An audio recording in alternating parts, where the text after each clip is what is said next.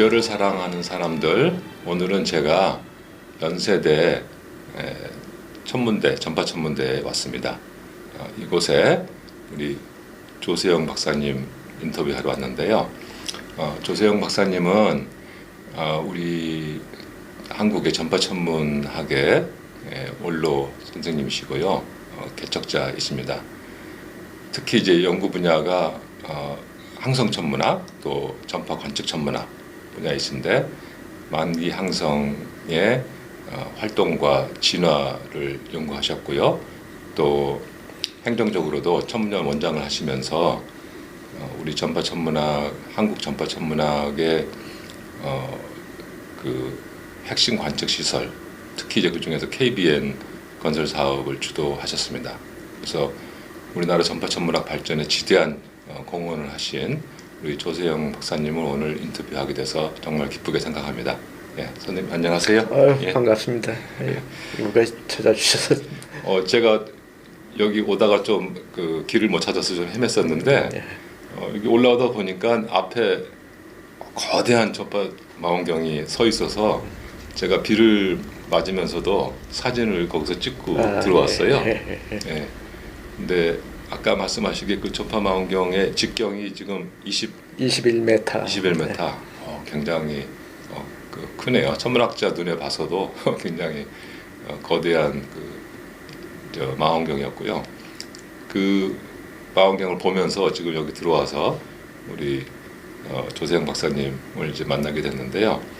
오늘 이 시간에 이제 조 박사님께서 천문학을 하시게 된 그 여정을 쭉 살펴보고 또 우리 학계에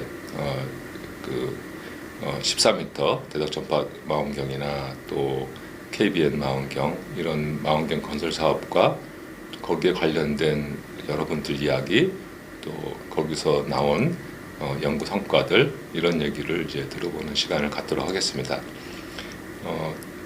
제가 조세영 박사님을 제가 학생 때는 아마 뵈긴 뵀을 텐데 그렇게 긴밀하게 인터랙션을 못했던 것 같고요. 서울대 오고 나서부터 알게 된 것 같아요. 특히 이제 양홍진 박사를 지도하면서 그 RR-라이리 스타의 고대 기록하고 그 신성 현상을 연관지는 그때부터 이제 주로 선생님 알게 됐는데 그래서 그 전에 학창 시절 또 더 이전에 어렸을 때 천문학의 꿈을 가졌던 그런 시절 그런 얘기가 좀 궁금합니다. 그래서 그 얘기 좀 들려주실 수 있으실까요? 예. 사실 제가 천문학을 이제 시작하게 된 것은 이제 처음부터 그러니까 중고등학교 때라든가 그때부터 어떤 특별한 계기가 되어서 천문학을 이제 하지는 않았던 것 같고요. 다만 이제 중고등학교 때 그때 보면은 저는 사실 공대 쪽은 그렇게 뭐 가고 싶은 생각이 없었어요. 그래서 내가 이제 나중에 나와서 어떤 직업을 가질 것이냐 그걸 이제 생각을 결국은 해봤는데 나는 내 적성의 연구자나 교수가 적합할 것 같다. 그래서 그게 되려면은 내가 공대도 물론 가도 되겠지만 그건 적성에 좀 안 맞는 그런 생각을 언제 하셨어요? 몇 살? 고등학교 때 이제 막상 대학교를 이제 결정을 해야 되니까 그게 생각이 되더라고요. 고등학생 때 나는 연구자가 돼야겠다. 그래서 그때 이제 사실 우리 때는 고등학교 때 벌써 대학교 이제 중학교 2학년 때부터는 대학교 입시를 생각해서 그 문과반하고 이과반이 갈리잖아요. 그래서 고등학교 2학년 때는 그래서 저는 이제 이과반을 또 택했기 때문에 그때 이제 좀 여러 선생님들 이제 가르치신 이제 선생님들 그 중에서도 물리학하고 화학 쪽을 가르치시는 선생님이 계셨었는데 그 두 분이 서울대를 나오셨더라고요. 그런데 참 잘 가르쳐 주었던 것 같아요. 그래서 그게 이제 좀 인상에 남았거든요. 그래서 나도 이제 그러면은 나는 하여튼 공대보다는 이과 쪽으로 간다. 거기까지는 이제 결정을 했고 또 고3이 이제 되었을 때는 그럼 이과 쪽은 그럼 무슨 과를 가야 되느냐, 뭘 전공해야 되느냐 이제 그런 측면에서는 저는 물리학 쪽하고 천문학 쪽하고 그 두 가지를 결국 이제 생각을 하게 됐는데 아무래도 학생 때 특히 이제 중학교, 고등학교 때는 많은 것을 알게 해준 그런 선생님한테 영향을 많이 받기는 하죠. 근데 조 박사님 연배에서도 천문학이 아직 우리나라 사회에 그 정체가 잘 안 알려졌던 때 아닌가요? 네, 그렇습니다. 사실 어떻게 천문학 생각을 하셨죠? 천문학 쪽은 별로 알려지지도 않았고 제가 천문학을 처음 접하게 된 것은 사실은 그 지구과학이지 않습니까? 고등학교 때 지구과학 때 이제 거기에 천문학을 가르치시잖아요. 이제 그 정도 지구과학에서 나오는 천문학 정도 그때 이제 사실 접하게 됐고 대부분 학교에서는 가르치지는 않고 근데 저도 이제 사실 집안의 어떤 그런 사정이라든가 그런 걸로 봐서는 저도 이제 제 아버님이 또 농업을 하셨고 제가 이제 8남매 장남이었기 때문에 그런 어떤 책임감이 있어서 뭔가 이제 졸업을 하고 직업을 빨리 가져야 되지 않느냐 그런 부담감이 사실은 있었어요. 그렇죠. 그런데 그 아까 잠깐 말씀드렸듯이 그러려면 이제 대학교만 나와서 어떻게 보면은 말하면 취업을 하면 보통 이제 회사 쪽에 결국은 많이 가야 될 것 같은데 근데 회사 생활이라는 게 저는 별로 그렇게 느끼지 않았어요. 그래서 어떻든 이제 좀 집안 그런 사정도 있지만은 난 내가 하고 싶어하는 연구 쪽이라든가 결국 그걸 해보자 하고 일단은 하여튼 대학 진학을 이제 물리학이나 천문학 쪽을 택하게 됐는데 그때만 해도 물리학 쪽이 너무 말하자면 커트라인이랄까 그런 게 높았어요. 그래가지고 이제 물리학 쪽하고 비슷한 천문기상학과 그때는 이제 천문기상학과 거기로 가게 됐죠 결과적으로는. 이제 제가 시골 출신이라 이제 초등학교 때라든가 그 어렸을 때 여름에는 특히 그 마당에 그 당시 덕석이라고 하잖아요. 그걸 펴놓고 저마다 이제 누워가지고 이렇게 보면은 밤하늘에 그때만 해도 별들이 그렇게 초롱초롱 빛나더라고요.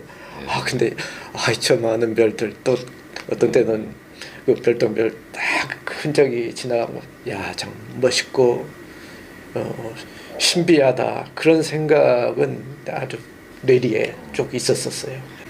제가 이제 벌써 한 30년, 25년 전쯤 됐습니다만은 그런 생각을 했어요. 그러니까 어렸을 때 별을 보고 자란 사람이 천문학자가 될 가능성이 좀 크지 않을까. 그래서 자꾸 이제 도시화가 되고 또 우리 그 남한이 이제 자꾸만 그 하늘이 밝아지다 보니까 천문학을 하겠다고 이제 어렸을 때 동기를 받은 사람 수가 줄어들 것 같은 생각이 드는 거예요. 그리고 또 지방이나 도시에서 오는 그 비율도 달라지고 그래서 한번 서울대 천문학과에 들어온 학생들 출신들을 제가 이제 학적부를 뒤져가지고 통계 분석을 해본 적이 있어요.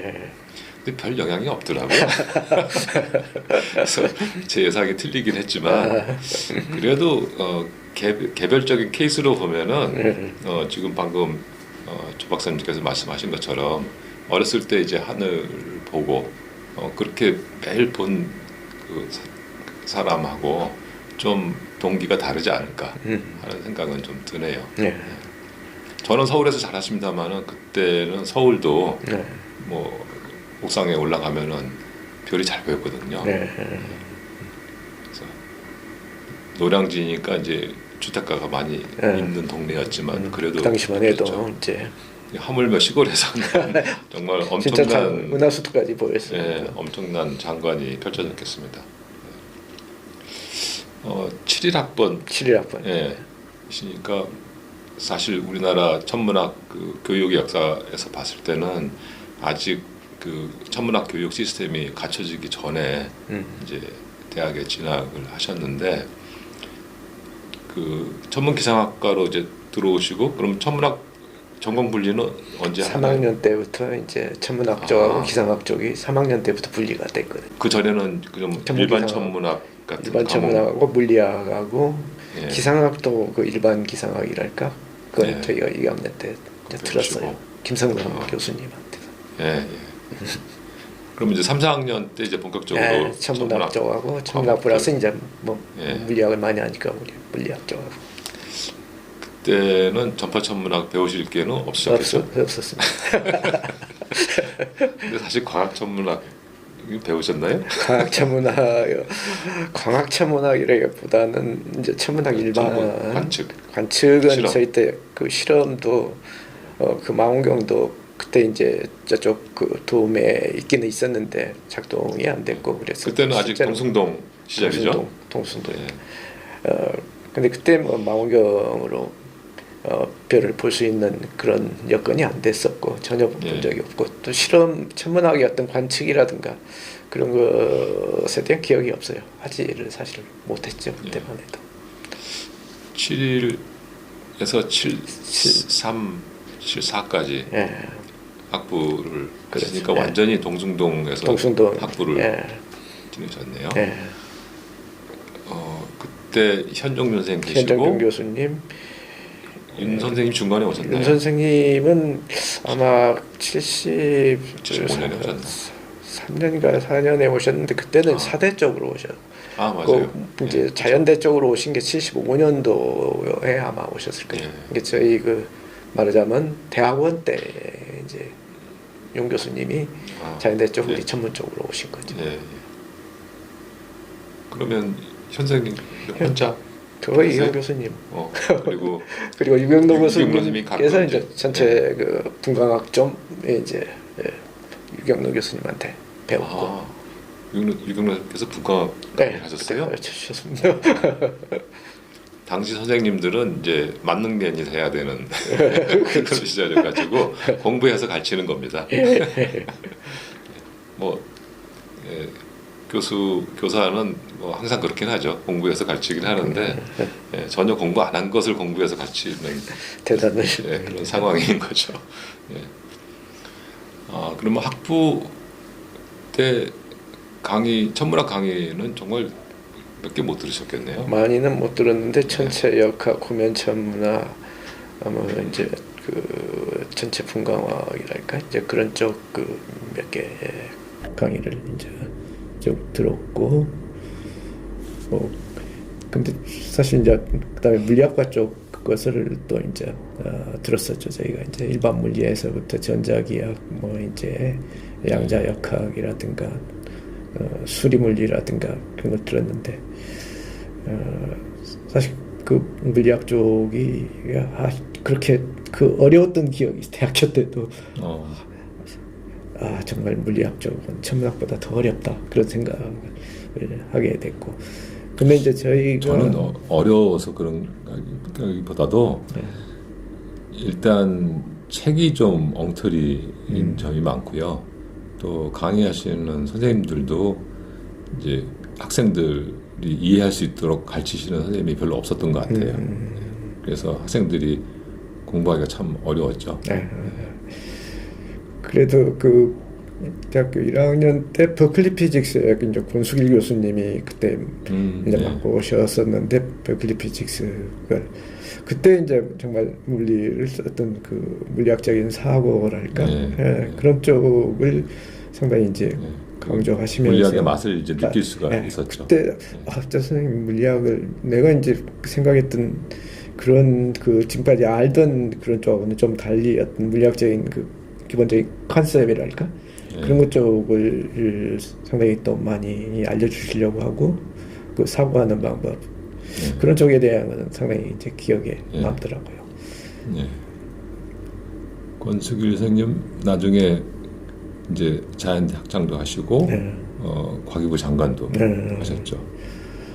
근데 그때 그 당시만 해도 또 특히 이제 물리학과 쪽에는 굉장히 잘하는 그 학생들 저희 때만 해도 뭐 수능에서 우리나라 전국에서 1, 2등하는 뭐 10등 안에 든다 몇 사람이면 다 있어가지고 워낙 잘하는 사람들이 물리학 쪽에 또 많아가지고 전국에서 이과에서 가장 이제 성적이 좋은 학생들은 서울대 물리과로 왔죠. 그때는 그때 대학원이 만들어졌었나요? 예, 75년도에 대학원이 만들어졌었는데 예.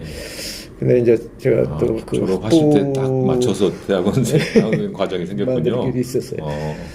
근데 제가 이제 그 학부 4년이랄까 그걸 좀 이제 지금 다시 또 생각해 보더라도 잘 알다시피 72년, 71년, 72년, 뭐 74년 그 당시가 굉장히 그 데모가 많고 학생 시위가 많았을 때거든요. 71년이 유신. 72년도가 10월 유신. 72년에 예, 10월 유신. 그리고 그 이후에 이제 그 민주화 운동을 해서 예. 계속 데모가 있어가지고 저희가 1년을 제대로 공부한 적이 없었어요. 그래가지고 거의 뭐 한번 휴교령이 내리면 2달 뭐 두세 달 가서 이제 거의 한 학기 정도 잘해야 한 학기 정도 4년을 거의 그러다시피 했어요. 요새 학생들은 상상도 못할 시기인데 그래가지고 대학교가 전쟁터죠 그냥. 아주 어려웠고 특히 이제 나의 경우는 지방 학생이라 그때 이제 함상년 때라든가는 기숙사에 있었는데 또 휴교령이 내리면 기숙사도 닫아버려요. 그러면 이제 서울에 있을 데가 없잖아요. 예. 그러면 이제 어떤 때는 이제 서울 이제 시골 집에 가서 또 지내다가 그 다음에 서울로 왔을 때는 아르바이트 입주해가지고 또 지내다가 그래가지고 그렇게 이제 하니까 실제로 그 집중해서 공부를 할 그런 여건이 상당히 많이 못됐죠 이제. 마침 이제 여러 가지 4학년 때 마지막 그런 단계에서 정말 이제 다시 이제 최종적으로 진로를 또 결정해야 될 단계니까 다시 이제 고민이 되기도 했는데 결국은 이제 뭐 연구 쪽이라든가 그런 하여튼 적성을 찾아서 이제 대학원을 가기로 결심을 했던 거죠. 75년 마침 대학원 쪽에 이제 7학번 중에서 4명인가 하여튼 제일로 많이 역대로 대학원에 진학을 했었어요. 그때 같이 들어가신 분 기억하시나요? 다 기억하죠. 정영민, 김석철, 나 그다음에 이제 또 강진영이라고 또 있고. 다른 분들은 제가 잘 모르겠네요. 다른 분들은 처음에 이제 그렇게 대학원을 사실 왔었었는데, 근데 대학원 와가지고 막상 대학원 생활을 하면서 또 천문학 쪽에 대한 뭐랄까 회의랄까 뭐 그런 것들을 많이 사실은 느꼈었어요. 저희가 이제 같은 대학원생들이라 그런 것들을 많이 얘기를 하잖아요. 특히 그 정영민이라든가 김석철은 나와 같은 또 고등학교 출신들이라 굉장히 이제 가까이 다 지냈었죠. 그래서 제가 모르는군요. 그렇죠. 근데 이제 그분들은 다 이제 천문학을 안 하고 대학원 과정에 있으면서 정영민 그 동기는 MBA로 해서 미국으로 유학을 떠나고 그 다음에 김석철 거기는 항공공학으로 해서 미국으로 유학을 떠나고 두 분 다 이제 지금도 미국에서 잘 적응을 잘하고 성공을 하셔서 미국에 다 계시고 강진영 거기는 이제 카이스트에 가가지고 에투리에 있다가 이제 은퇴를 그래서 실제로 대학원 그때 간 사람 중에서 천문학 간 사람은 나 혼자뿐이고 7학번 중에서 천문학 간 사람은 김상준 교수가 있고 그러시구나. 그다음에 김강태 교수도 같은 학번인데 이제 거기는 나중에 이제 겨우 천문학 하게 됐고 그분들은 바로 유학을 가셨나요? 김상준 교수는 아마 그랬을 거예요. 군대도 안 가게 아마 돼가지고 유학을 빨리 갔었던 것 같고. 김강태 교수는 좀 늦어져가지고 같이 이제 졸업을 아마 같이는 못했고. 조세영 박사님이 이제 그 뒤에 이제 유학을 가셔서 전파 천문학을 하시게 됐잖아요. 근데 그 대학원 과정 중에 그거하고 관련된 그러니까 전파 천문학하고 관련된 어떤 사전 연구나 교육이 있으셨나요? 그때 제가 이제 대학원 쪽에 그때 민영기 교수님이 국립천문대에 계셨었는데 대학원에서 전파 전문 강의를 좀 하셨었어요. 그래서 그때 이제 크라우스 책 있잖아요. 예, 전파 예. 전 그 크라우스 책으로 강의를 좀 아주 훌륭한 책이죠. 있고 그래서 거기서 이제 전파 몇 년도입니까? 75년도, 76년도 막 그때 일거예요. 그러니까 아무래도 이제 민영 선생님의 강의가 큰 영향을 주셨겠네요. 예, 그 강의하고 그다음에 이제 그 마침 우리나라에서 또 그 14m 전파 망원경 그 계획을 그때 이제 좀 계획이 이제 여러 가지 얘기가 되고 있었을 단계거든요. 그러니까 석사하시고 군대 갔다가 그다음에 국립천문대로 들어가게. 국립천문대. 예, 그때가 80년 3월인가 그때 될 겁니다. 80년도 3월에 국립천문대 이제 군대 마치고 77년도에 석사 마치고 군대 갔다가 이제 국립천문대에 들어갔죠. 그러니까 유학을 가서 박사 하시고 들어가기도 했지만 그 전에 이제 국립천문대에 있다가 14m 전파 망원경 그 계획 또 건설 그런 준비를 좀 이제 저도 같이 하다가 일본으로 가게 됐는데 그래서 그때 이제 국립천문대에 있으면서 14m 전파 망원경 그 우리나라 건설 계획 그게 접하게 되면서 그게 이제 결국 계기가 돼서 일본 쪽에 이제 전파 전문학으로 유학을 가게 된 거죠. 근데 유학 갔다가 다시 돌아오신 해가 85년이죠. 85년도죠. 그러면은 유학 기간이 좀 박사 하기엔 좀 짧았네요. 예, 그래서 박사만 이제 우리나라에서 석사를 했기 때문에 박사만 3년에 일본에서 박사만 바로 한 게죠. 그러면 천문학 국립천문대에서 근무하시다가 1년 그때 국립천문대에서 한 1년 반 정도 국립천문대에 있으면서 14m 그쪽 하면서 유학 준비를 같이 했었죠.